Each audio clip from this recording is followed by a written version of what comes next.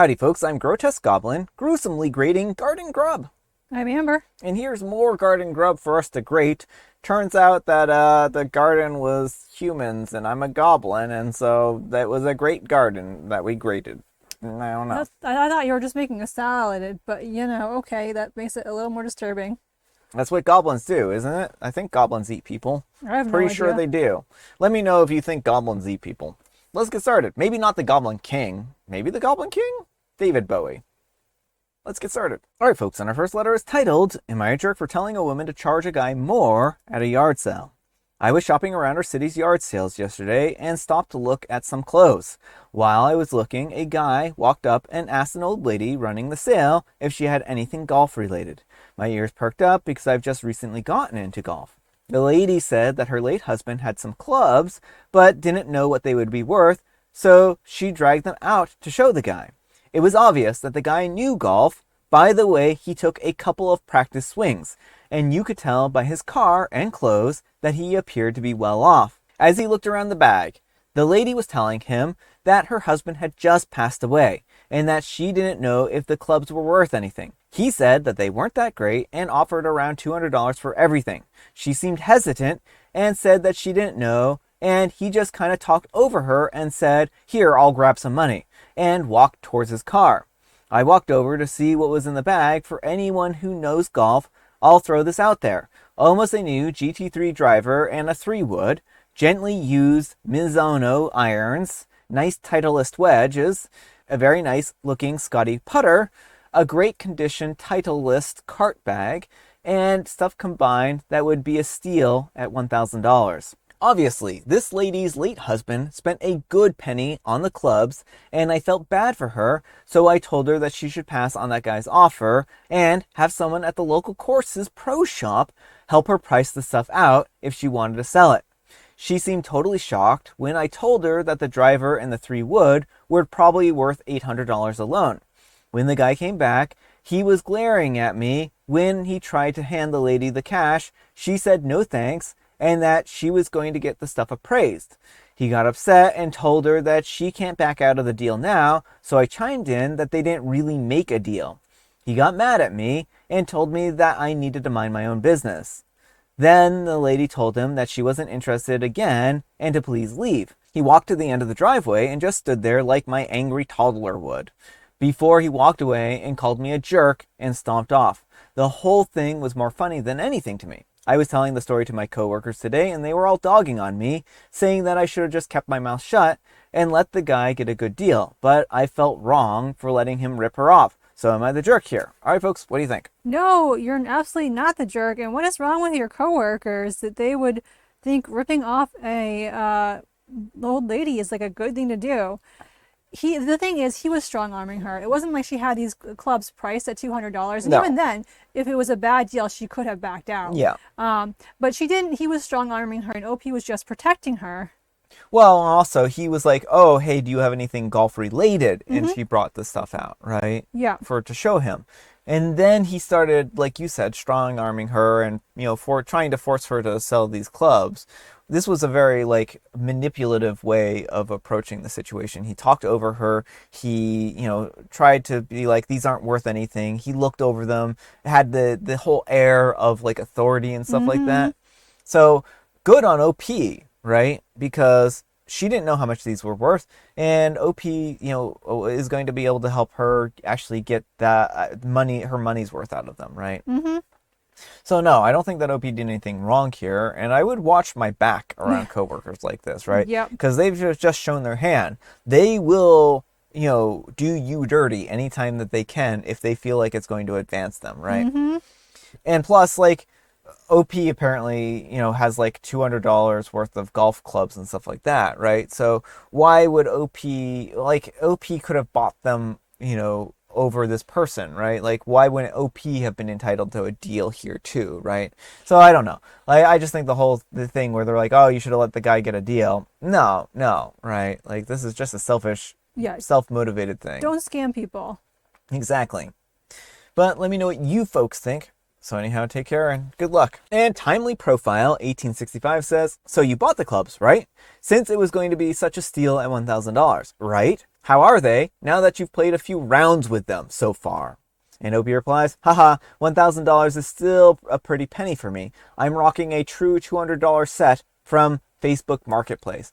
That's just kind of a rude comment, right?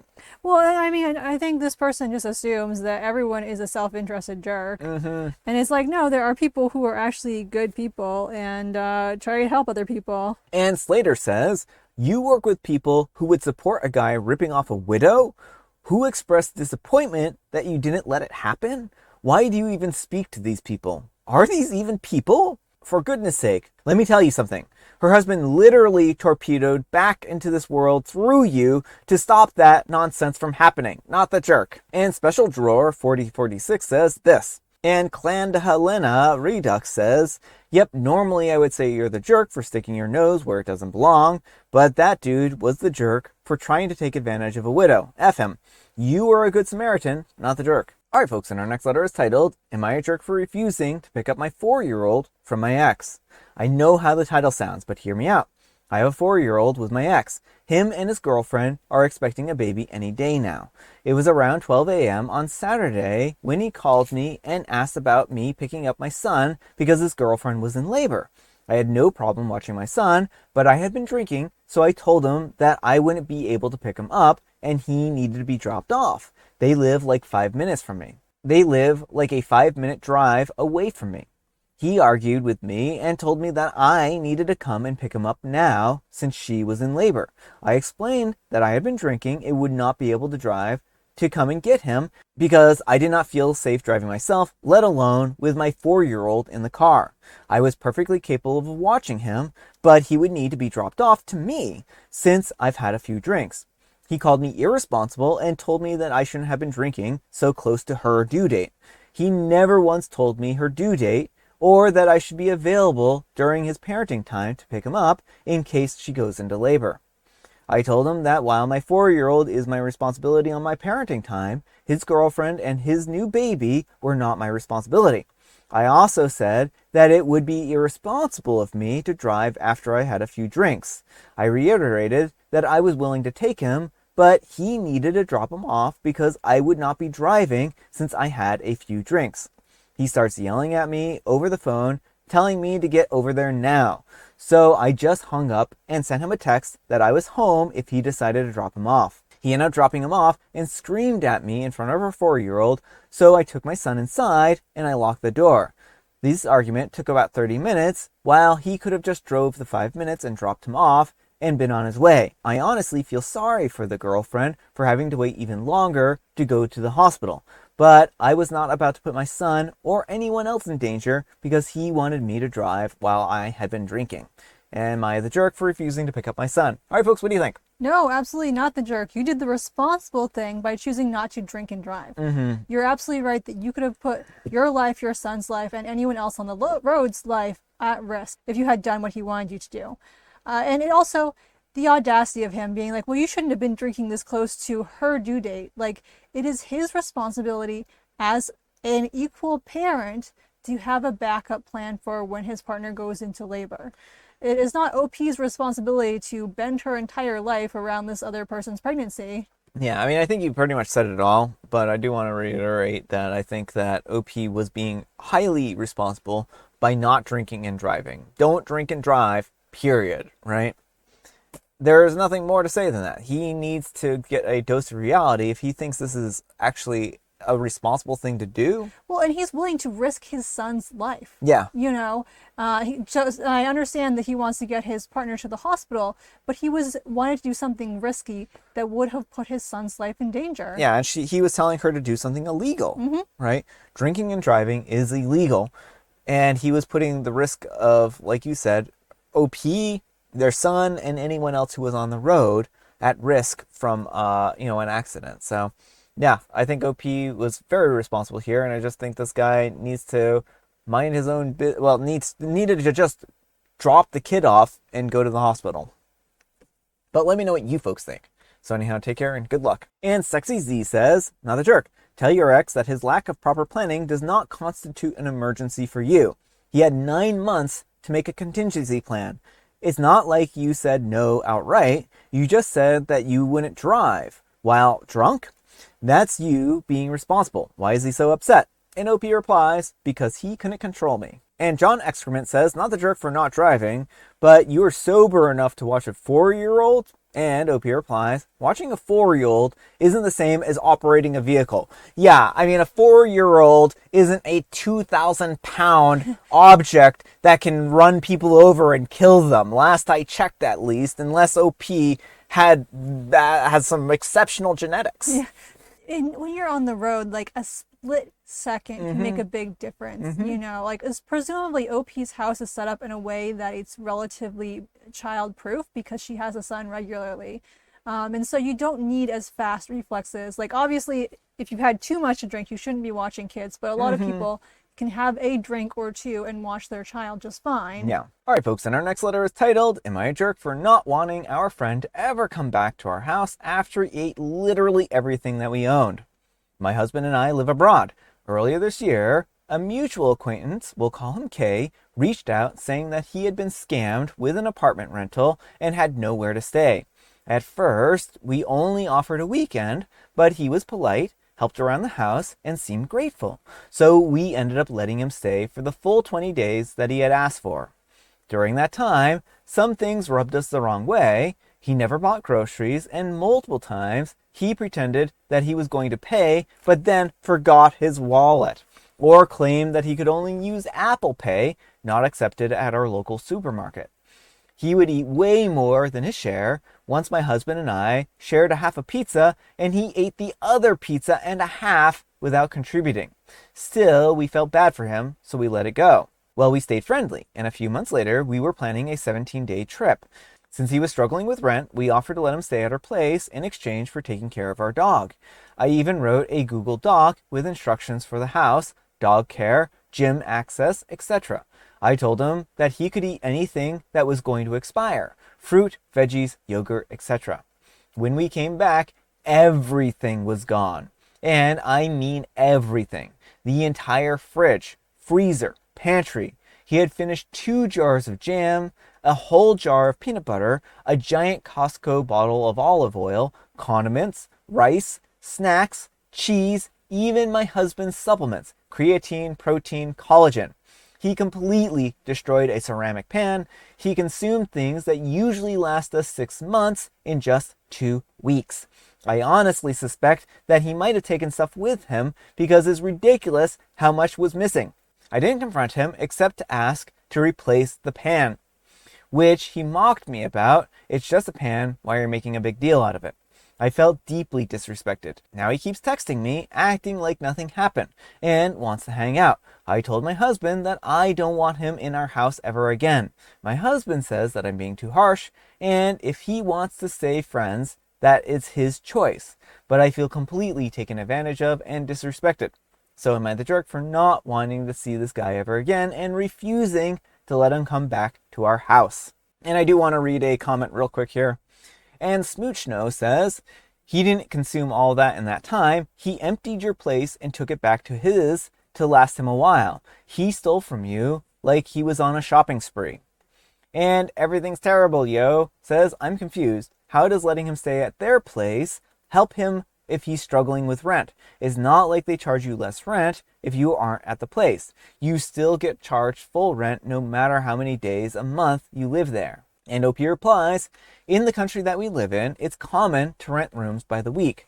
Renting apartments is very expensive and hard to access, so it's very common to have roommates who don't necessarily rent for the whole month. All right, folks, what do you think of all that? No, not the jerk. I mean, he stole from you, plain and simple. Like, giving someone access to the perishable foods is not the same thing as saying you can eat my entire pantry. Like, this is not reasonable, and it seems like he needs to understand that you can't just take all the food in someone's house. Yeah, I mean, is your friend like part locust? Because, I mean, it kind of sounds like it. Are you sure they're not a giant bug, grasshopper creature, right? Like, if they are, you've made poor decisions on friends to be with, right? If they aren't, and double check that because they might be wearing a mask. They can be very clever like that, you know? But, yeah, They certainly ate OP out of house and home, literally. And I mean, he doesn't seem like a good friend at all. Like, I understand that OP's husband likes this guy, but someone who will steal all your food, and then, like, when you ask them to replace something they ruined, be like, it's not that big of a deal. Like, of course it's not a big deal to you because it's not your property. Like, Yeah. I mean, I think that the first commenter here that we read had a splendid take on this in the respect that I don't think he ate all of that, right?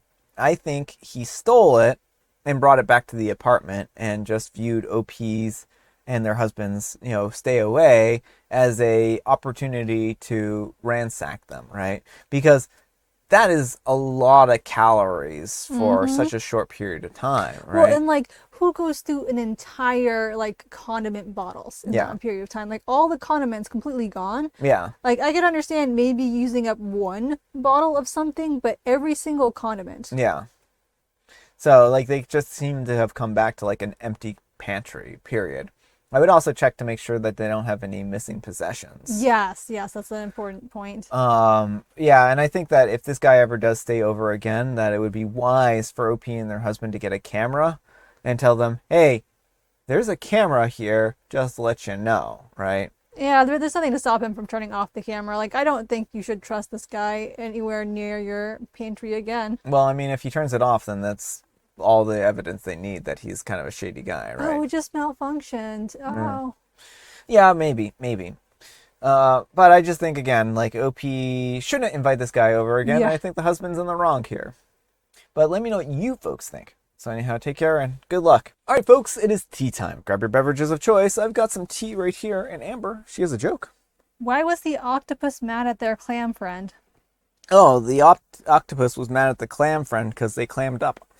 Because the clam was being shellfish. Oh, so they were. And it's World Octopus Day today. And it's also National Fluffernutter Day. Ooh, if you've never had a fluffernutter, they're tasty. Just go and buy yourself some marshmallow fluff and peanut butter.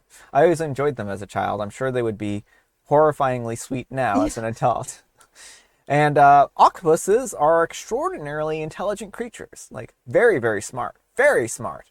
They're probably going to take over the world. And I have Earl Grey. All right, folks, that's all the time we have for today. Thank you so much for watching. Happy wonderful Wednesday, Hump Day, Friday, Junior's Eve. Amber, we need some kind of moral advice and or guidance, and please, how about a haiku for Haiku Wednesday? Don't take advantage of people. Treat with respect, not means to an end. I like it. I think it works out really well for this episode. Thanks so much for watching, and we'll see you all tomorrow. Bye!